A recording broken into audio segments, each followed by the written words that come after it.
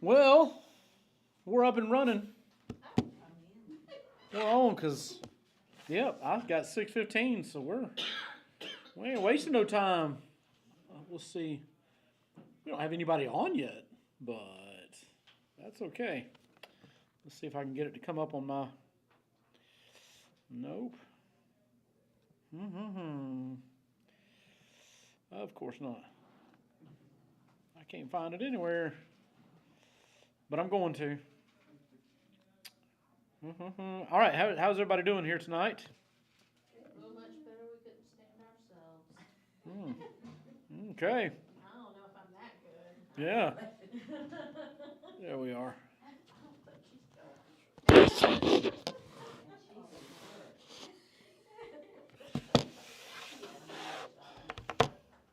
All right. Well, while we're waiting on folks to giving them a chance to check in with us, we'll talk about what's going on today. Anybody know of any birthdays? No. No church birthdays that we're aware of. It's your brother. Okay. All right. Well, happy birthday to your brother. Okay. Wow, that's what, 20 years older than you? Something like that? Just fine. Oh, okay. I just busted myself. I tried to give you an out, and you wouldn't take it. When I was in church. Okay. I know I've got, there were 3 people from my former church. Their birthday was on the same day. It was on a day. They were all nice folks, but apparently none in this church that we know of. So, well, I know of some birthdays. Let me share some with you. Some interesting facts about this particular day. Some of them you will find interesting, and some of them you won't care anything about. But I thought they were interesting, so I get to do this. Birthdays today, September the 4th. Happy birthday in 1918 to Paul Harvey. The rest of the story. Yeah. Yep, he was born on this date in Tulsa, Oklahoma. Died in 2009. So now you know the rest of the story. 1919. Happy birthday to Howard Morris. Do you happen to know who that is? No? You probably know him, at least many of y'all in this room probably know him and don't realize it. You would know him by Ernest T. Bass. But, I read some interesting stuff about him. There were a lot of things, like, he played other characters on the Andy Griffith Show, too, not just Ernest T. Bass. Do you remember the McDonald's characters? There was just different characters. Going back in the 80s, there was a Count, I think. And there were several. He directed those, and he played some of them.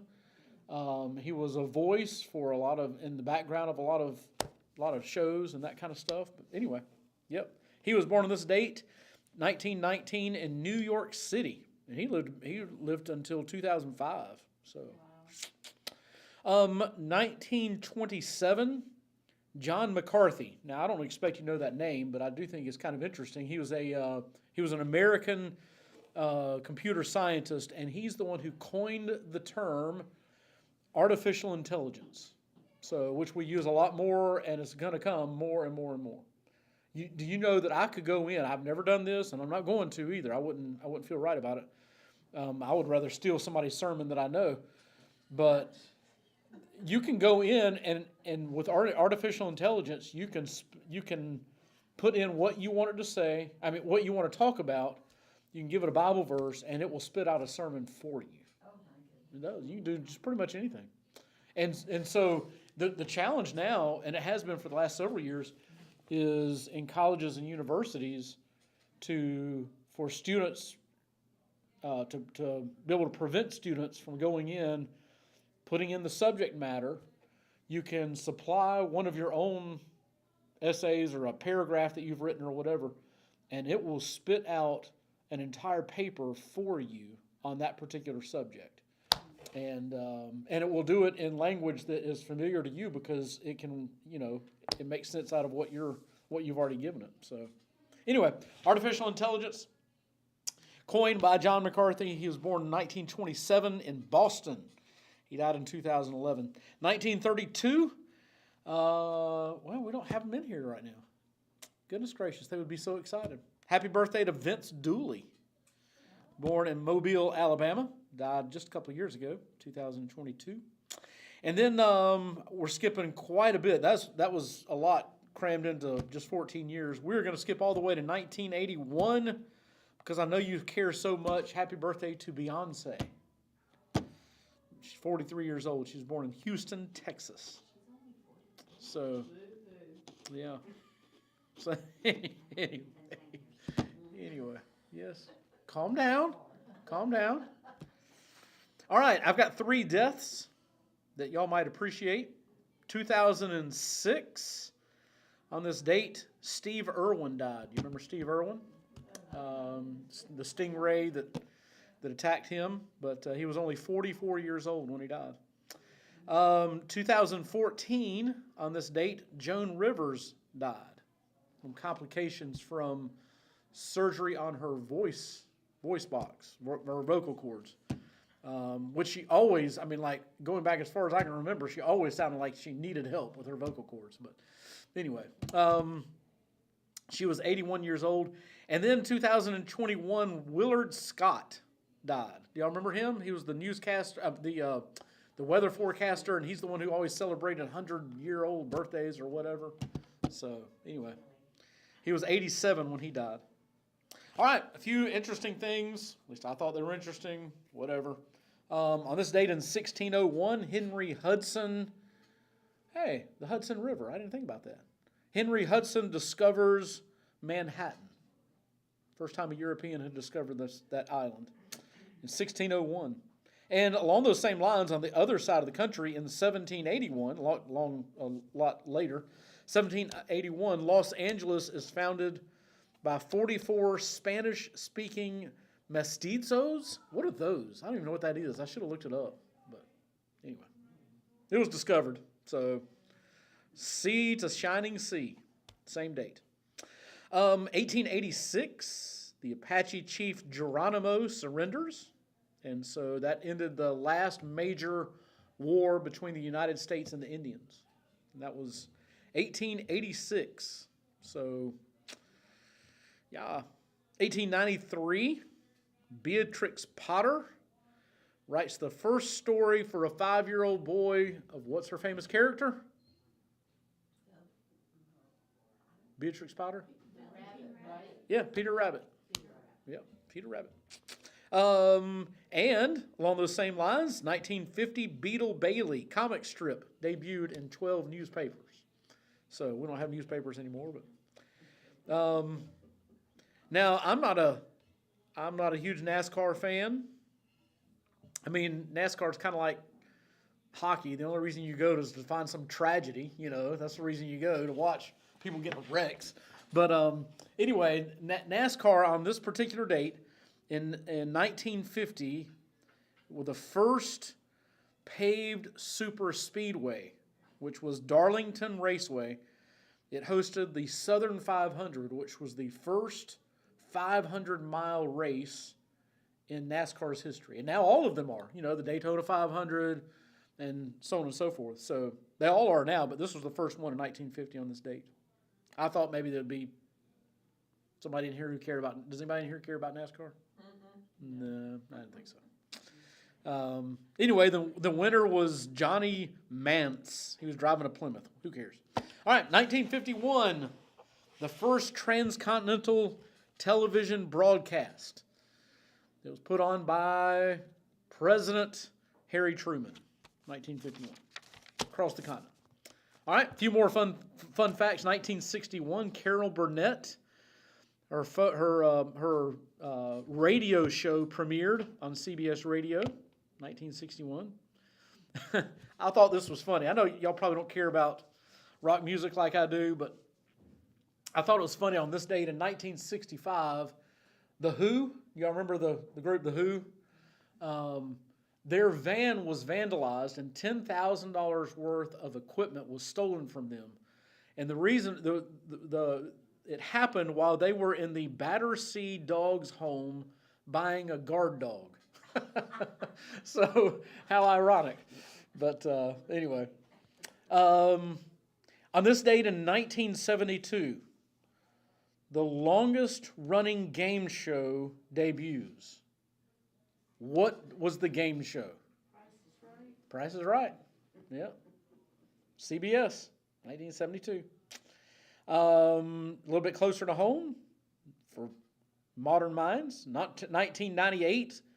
Google is formally incorporated by Larry Page and Sergey Brin. I don't know, but they were two students at Stanford University. Google begun. And then, even more recent, 2002, the first winner of American Idol was crowned Kelly Clarkson. There you go. All right, very good. All that on this date. Isn't that fun? Okay, turn to your Bibles to the last book. Y'all, how long have we been in this study? When did we start it? Anybody remember? What now? What? As she rubs her head like, oh man, this is giving me a headache. Yes. Hey, you were one of the ones who said, let's go slow. I remember. No, it wasn't March or April. It was last fall. I'm fairly certain. Yeah, long time. And we are not even halfway finished yet. So, and we got some fun stuff to tackle when we start talking about the Antichrist. We really haven't talked about him in depth, except for the abomination of desolation. I mean, we hadn't even talked about that yet. So it's going to be fun. It's going to be fun. We're getting there. That comes in. Wow. Yeah, we'll get there. We'll get there eventually. We're going to finish chapter 10 tonight, though. We will get through this. In fact, we might get through kind of quick, because I'm not going to spend a lot of time on it. Because there's not a lot in here that really fulfills the appetite that we have for the stuff that's going on in Revelation in the book. But then when we get to chapter 11, we'll talk about the two witnesses. There are some people who believe that, and I'm not sure why, honestly. I've never had the opportunity to talk with anybody who's in this camp, but there are some who believe that nobody's going to be saved during the tribulation at all. But if you read the book the way that we are reading it, which is an unfolding story, just like we would any other book in the Bible, then chapter 11 is going to destroy that myth. There will be people saved during the tribulation. Now, obviously, everybody who's saved at the onset will be taken out during the rapture, but there will be people saved.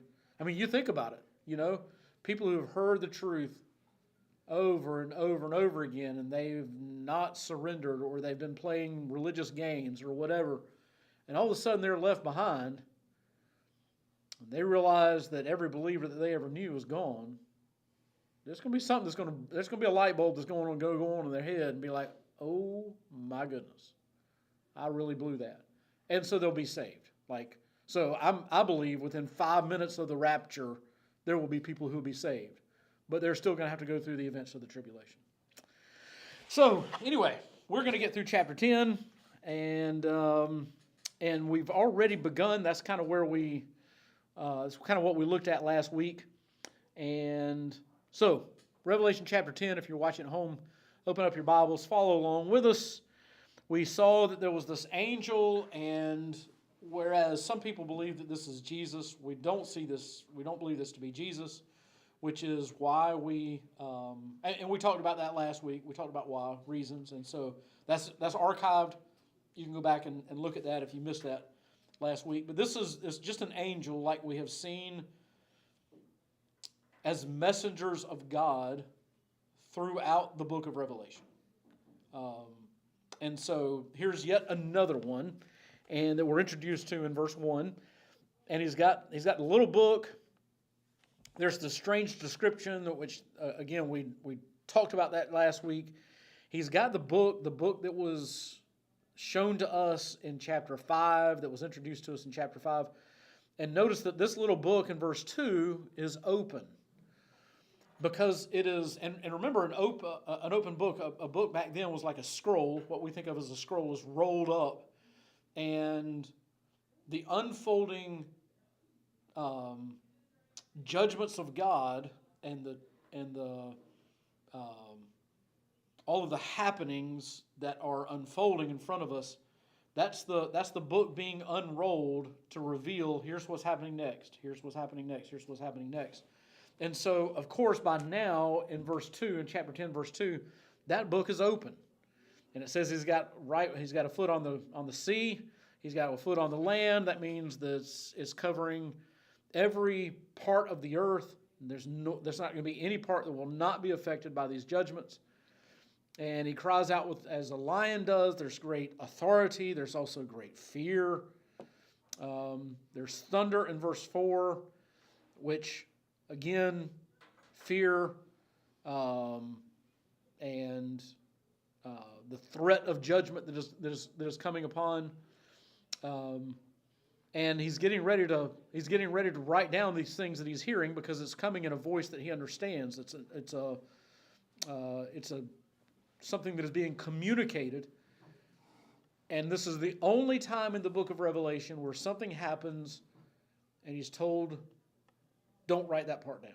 Like everything else, he's been told, he's been instructed, write it down, write it down, write it down. And that's not unusual. We've seen that. We saw it in Deuteronomy. We've seen it in Ezekiel. Even Paul. Remember, Paul had a vision of heaven, and he said, I saw things that, not permissible to speak of. And so there are other visions that have been had in the Bible where God did not want it written down. In other words, there's always going to be an element of mystery until the events as they are unfolding for us. And we're going to see that word again in just a few moments. So that's kind of where we left off last week in verse 4. And in verse 5, it says, the angel whom I saw standing on the sea and on the land lifted up his right hand to heaven. Now, I thought this was really kind of interesting. He's got his right hand up in heaven. Let's see. Notice in verse 2, he had in his hand a little book which was open. And now his right hand he is going to lift up into heaven, because he's going to be holding the book in his left hand. So I have the other hand up here. And what that is it is a testament, a sworn testament, a certainty that is going to happen. And this is where we get our practice of putting one hand on the Bible and raising the other hand and swearing to an oath that what you're about to say is the truth, the whole truth, and nothing but the truth. This is where it comes from. And so that's what he's doing here. He's about to give testimony. And because look at verse 6, and he swore by him who lives forever and ever, who created heaven and the things in it, and the earth and the things in it, and the sea and the things in it. In other words, God is the creator of all that is. That there will be delay no longer. Now, do you remember, again, we've referred to this a few times. Look back to, keep your finger there, but look back at Revelation chapter 6 at the fifth seal. One of the fifth judgment that we're introduced to here in the book of Revelation. Revelation chapter 6 and in verse 10, all the saints who had been martyred for the faith, they were dying during the tribulation. They were being put to death because they stood for Christ. And they cried out with a loud voice, how long, O Lord, holy and true, will you refrain from judging and avenging our blood on those who dwell on the earth? And now the answer is there will be no longer any delay. Now, we've seen that partially answered already because we referred back to it. But again, he's getting ready to say, here's where it comes. Because in verse 7 it says, in the days of the voice of the seventh angel. So, remember that we've already had the seven seal judgments, okay? The seventh seal released the seven trumpet judgments. And we've had 6 of those 7 trumpet judgments. In other words, and you don't get too caught up in seals and trumpets. Those are just a series of judgments that are taking place. And we've already seen 6 of those that are called trumpets. And so now he's referring to that 7th angel. The 7th trumpet is about to sound. Can anyone tell me, who's been here in this study, can anybody tell me what is, in a nutshell, the 7th trumpet? Let's see if I'm getting through it all.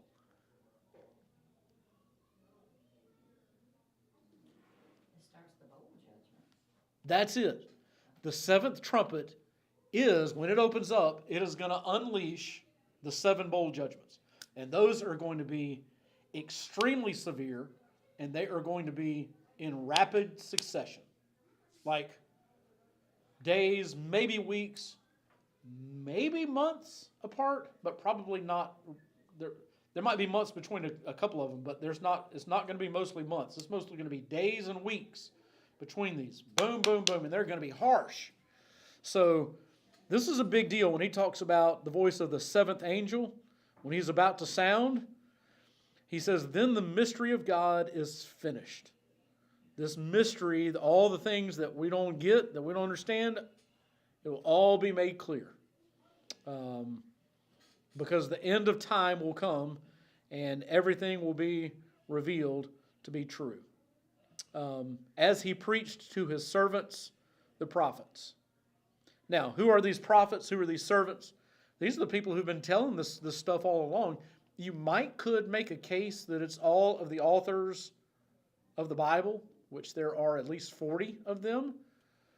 But at the very least, he's at least talking about the writers who have written to us about the end times.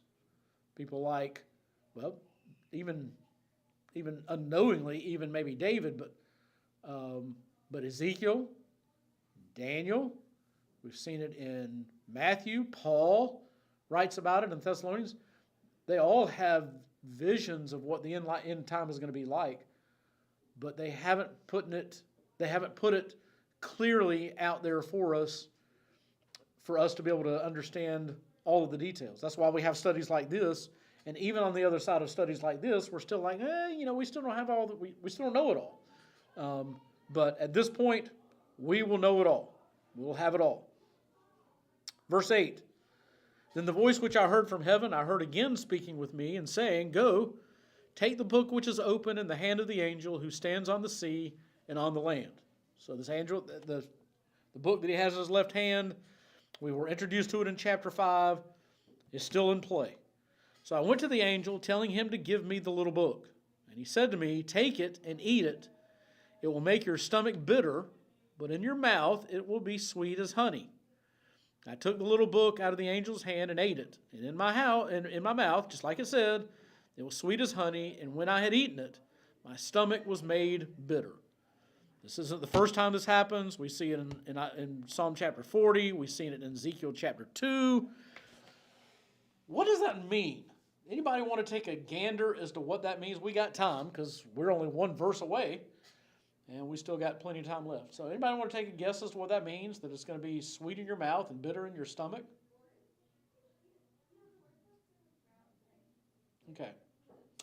So don't get too all up in arms about it because it really does make a lot of sense. Even the martyrs in chapter 5, in chapter 6, just like we got finished reading, even the martyrs are ready for this to be done. They're ready for God's glory to be shown and for wrongs to be made right and for justice to be served and for God to be worshiped and for the right things to be rewarded rather than persecuted. All these things we hope for. And in fact, I mean, I've said it many times. I've quoted the end of the book, and hopefully you have too. If you don't know what the end of the book says, it simply says, "And even so, Lord Jesus, quickly come. Let's do this thing, man." And that's the sweet part. Like, so he is ingesting everything that he knows about the end times, and in his mouth it's like, oh, finally, man, this is great. This is what we've wanted. This is what we prayed for the end to be here and for everything to be made right. But there is a terrible bitterness to that. And I imagine that some of you can guess what that bitterness would be. Can anybody tell me, like, what would be wrong with this? Not wrong. What would be not so sweet about this time? The unsaved people suffering.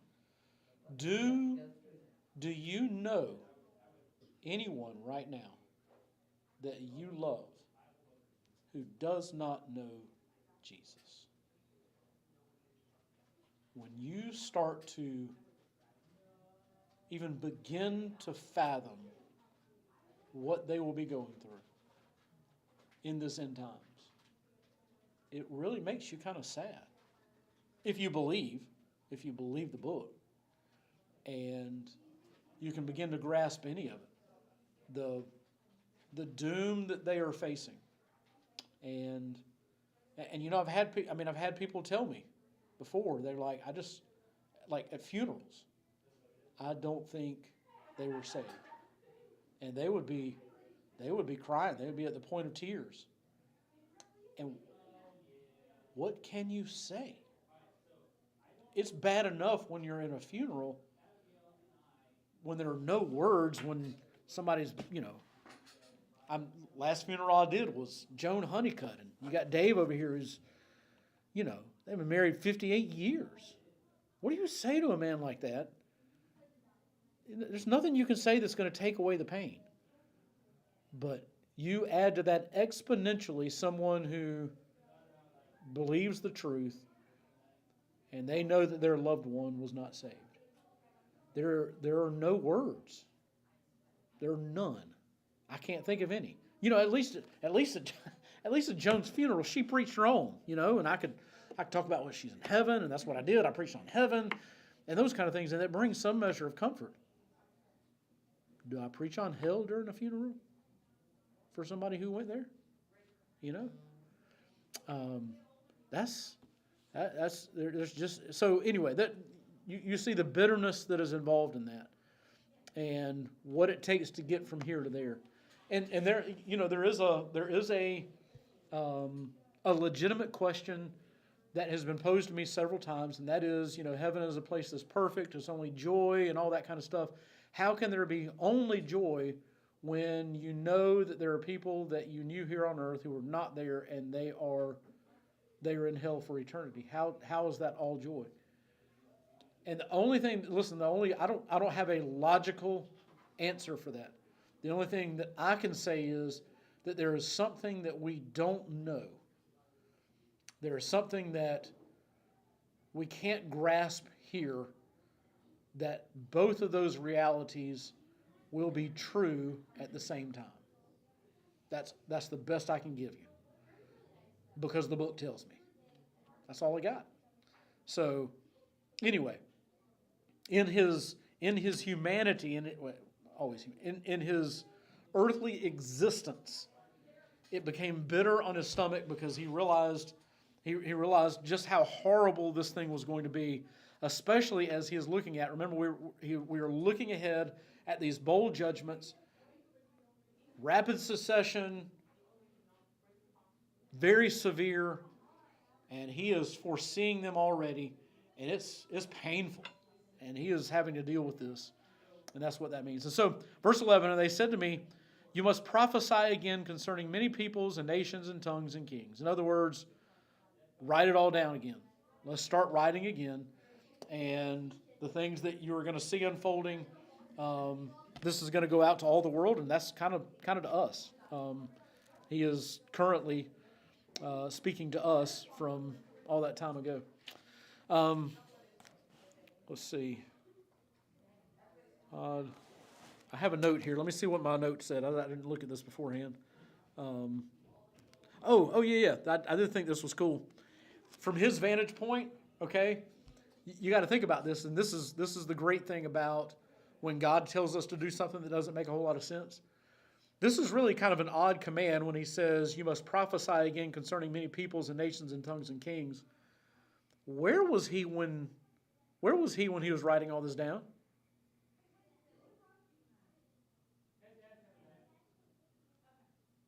No, he wasn't in heaven. Not yet. He was on the Isle of Patmos. What was he doing on the Isle of Patmos? He got exiled. That's right. He was basically in prison. From his vantage point, how is he going to get a message to all the peoples and nations and tongues and tribes? How's that going to happen?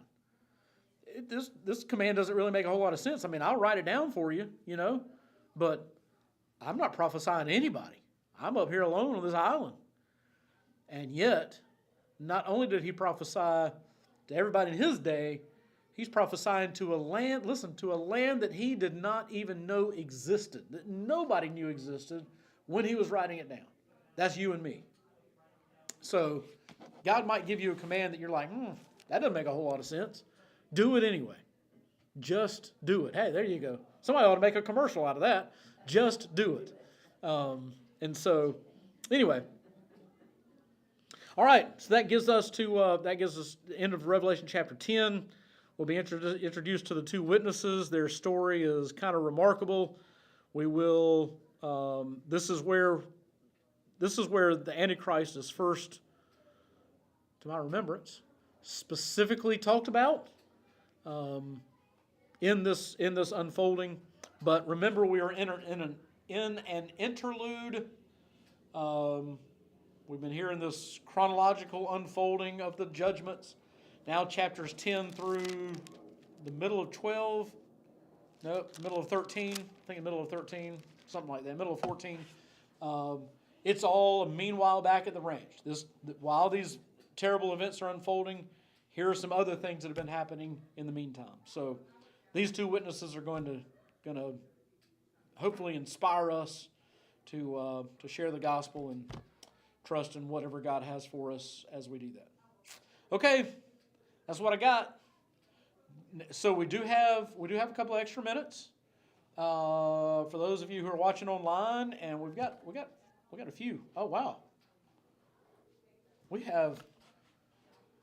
What's this other thing? We're on Facebook and YouTube. Is that right?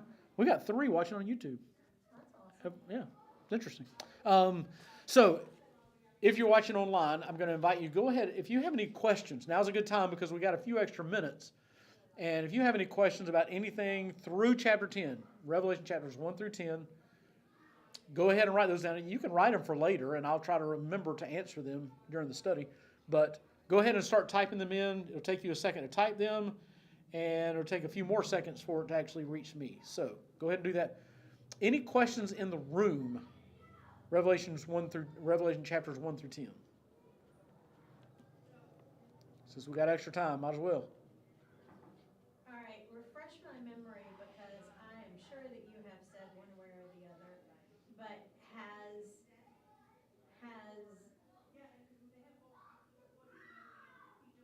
that word just totally left my mind. He does that to me all the time. I hate it when that happens. Can you close that door? I'm not sure if that's picking up on here, but there you go. Thank you. That's cool. Has what? A word that we can't picture. Yeah, have we already been taken away during all of this? Yes, the rapture. The rapture. That's the word. That's Yes. the word. Yes. Thank you. So the rapture happens before anything. Before any of the trumpets or whatever. Before the seals, trumpets, even before that worship service in chapters 5 and 6, 4 and 5, even before those. So basically, with chapter 1, verse 19 being the outline of the book, write the things which were, or things which you have seen, the things which are, and the things which will take place after these things. That's what it says. So chapter 1 is the things which have been, which you have seen. That's the past. From John's vantage point, from John's chronology. The things which are the letters to the 7 churches of Revelation. That's what's going on in his lifetime right then. And then the things which will take place after these things starts in chapter 4. And after chapter 4, you don't have the word church is not mentioned anywhere.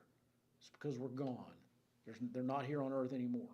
And so we have a front row seat to that worship service in chapters 4 and 5 and to everything that takes place, all these judgments that have been going on since then. So yeah, we're not here for now. Okay? Other questions? I don't have anything coming on here, so that's okay. We just had a huge uptick on Facebook too. Interesting. All right. Well, what about prayer requests? If y'all don't have anything else, we don't have to stay here till right at 7 o'clock. I mean, we have a race that we have to oversee as soon as this is over with. But what prayer request do you have if you're? I thought someone in the room was having too much fun. What prayer request do you have if you're online again watching? If you got any prayer requests, you can start typing those in, and that'll come to me hopefully before we get out of here. What prayer request do you have in the room? My coworker Denise is just having some really bad health issues and stuff, and she's having a rough time of it. All right, Andrea's coworker Denise. Okay. My nephew, I mentioned last week, Gene Purvis, Uh huh. he went home from the hospital today Okay. after 8 weeks. All right. And he's still got a ways to go. But Right. he's Improved enough to go home. Okay, so we got an update on Gene Purvis, which was mentioned last week. He was able to go home today, so still got a long way to go, but obviously improvements. That's good. We need to pray for John Leake. John, I mean, he's in and out of the hospital all the time with this hemoglobin thing, and just when they think they've got it pinpointed and figured out, he ends up having to go back. So anyway. I need to check in on him. I'm not sure if he's in there right now, but he has been recently. So, anyway. What else? Who else you got? Anyone? Okay. Well, I don't. Nobody else here does. I don't see any online. So, let's go to God and yeah, we'll finish up.